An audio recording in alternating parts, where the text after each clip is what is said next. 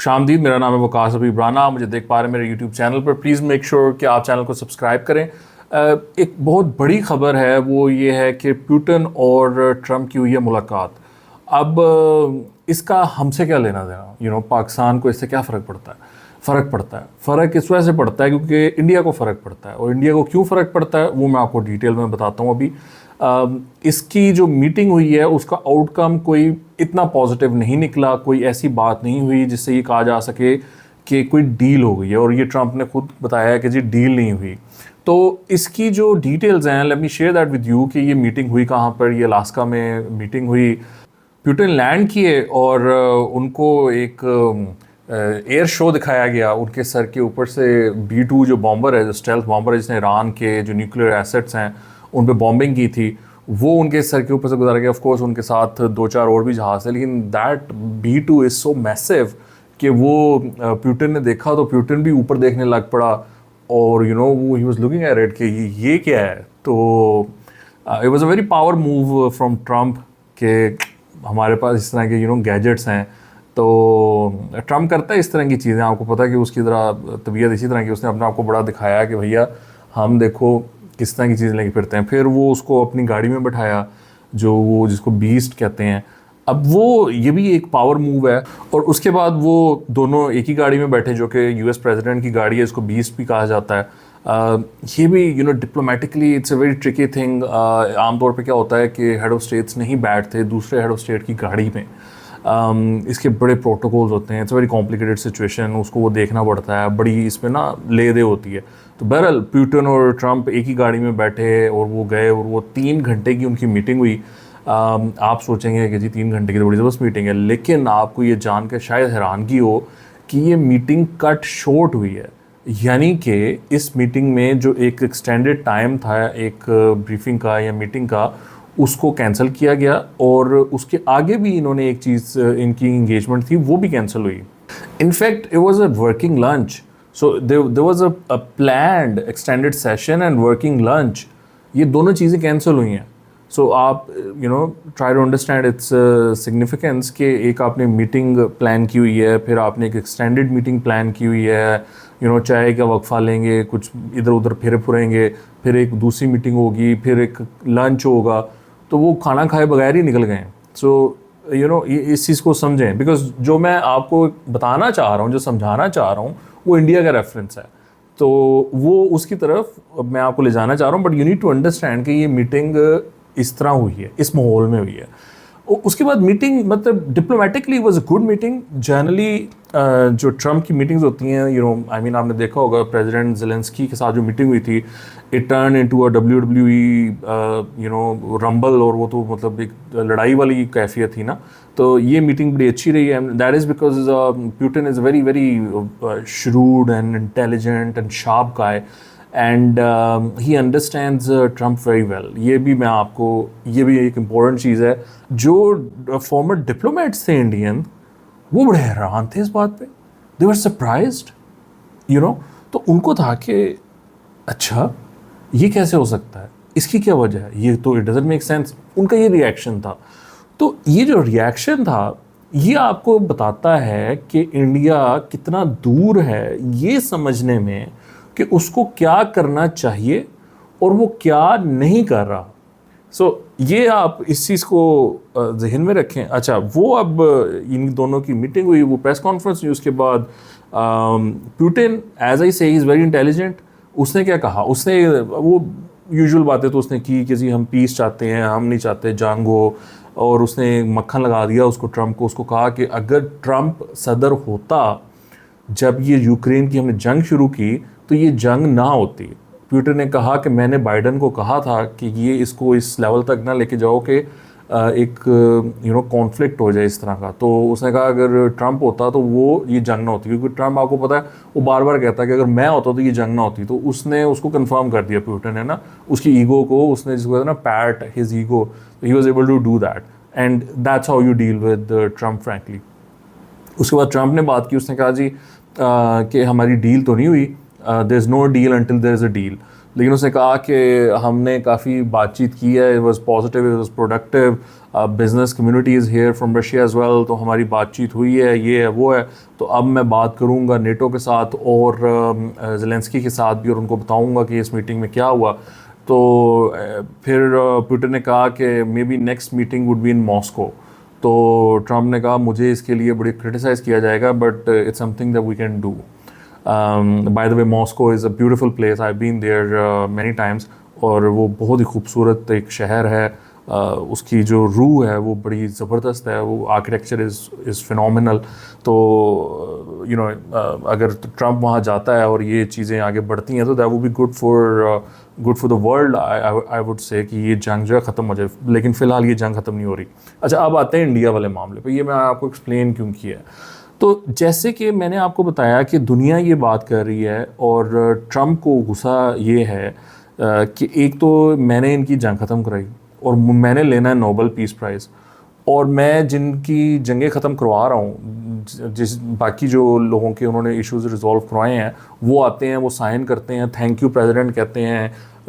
अभी जो एक थे प्रेसिडेंट, उन्होंने तो कहा कि इनको पीस प्राइज़ के लिए मैं नॉमिनेट करता हूँ।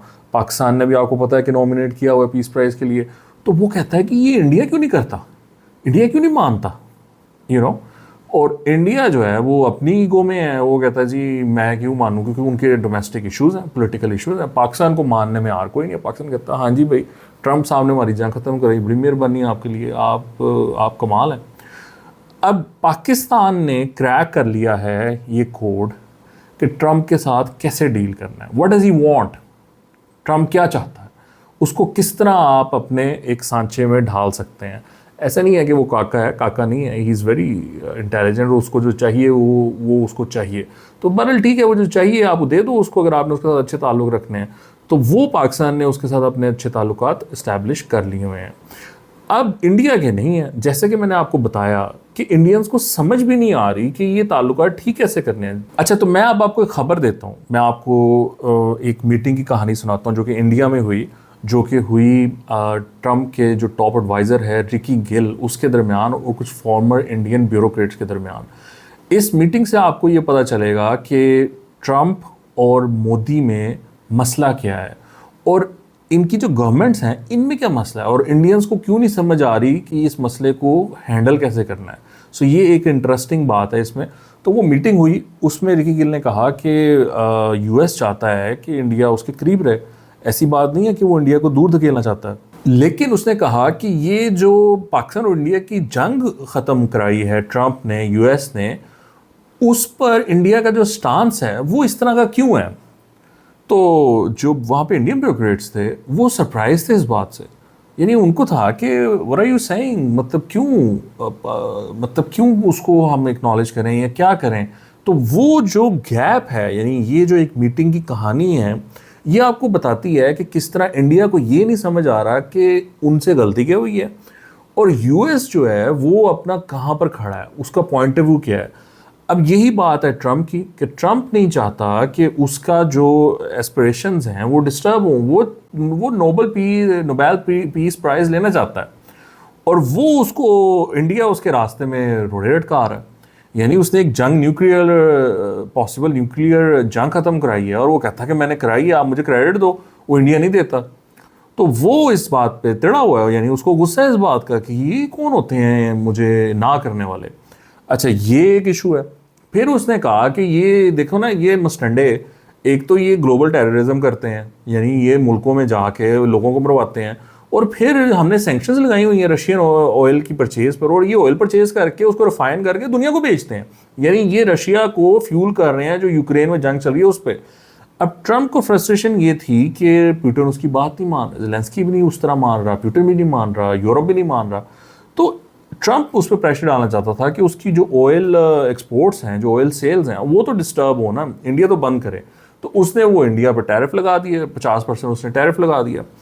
अब ये जो चीज़ है ये एक चीज़ है, लेकिन ये जो एक्सेप्टेंस है कि जी हमने जंग ख़त्म करवाई है, यानी ट्रम्प की तरफ से, और मोदी जो है वो मानता नहीं है इस बात को, इंडिया नहीं मानता एक्नॉलेज नहीं करते, उसको पीस प्राइज के लिए नॉमिनेट नहीं करते, इसका गुस्सा अलग है और ये गुस्सा नहीं ख़त्म होगा क्योंकि इंडिया मान नहीं सकता। इंडिया की जो लोकल पॉलिटिक्स है, डोमेस्टिक पॉलिटिक्स है, वो इतनी ब्रूटल है, वो इतनी एंटी ट्रंप है, इतनी एंटी अमेरिका है और इतनी एंटी सीज फायर है कि उन्होंने मोदी को कहा, ओ भाई तेरी 56 इंच की छाती थी, तूने तो पाकिस्तान को घुस के मारना था, कश्मीर लेना था, तूने तो ये करना था, वो करना था, तूने जहाज़ गिरवा लिए, जंग तू हार गया, यूएस कह रहा है कि हमने इसको बचाया इंडिया को और तू आगे से कुछ कहता नहीं है।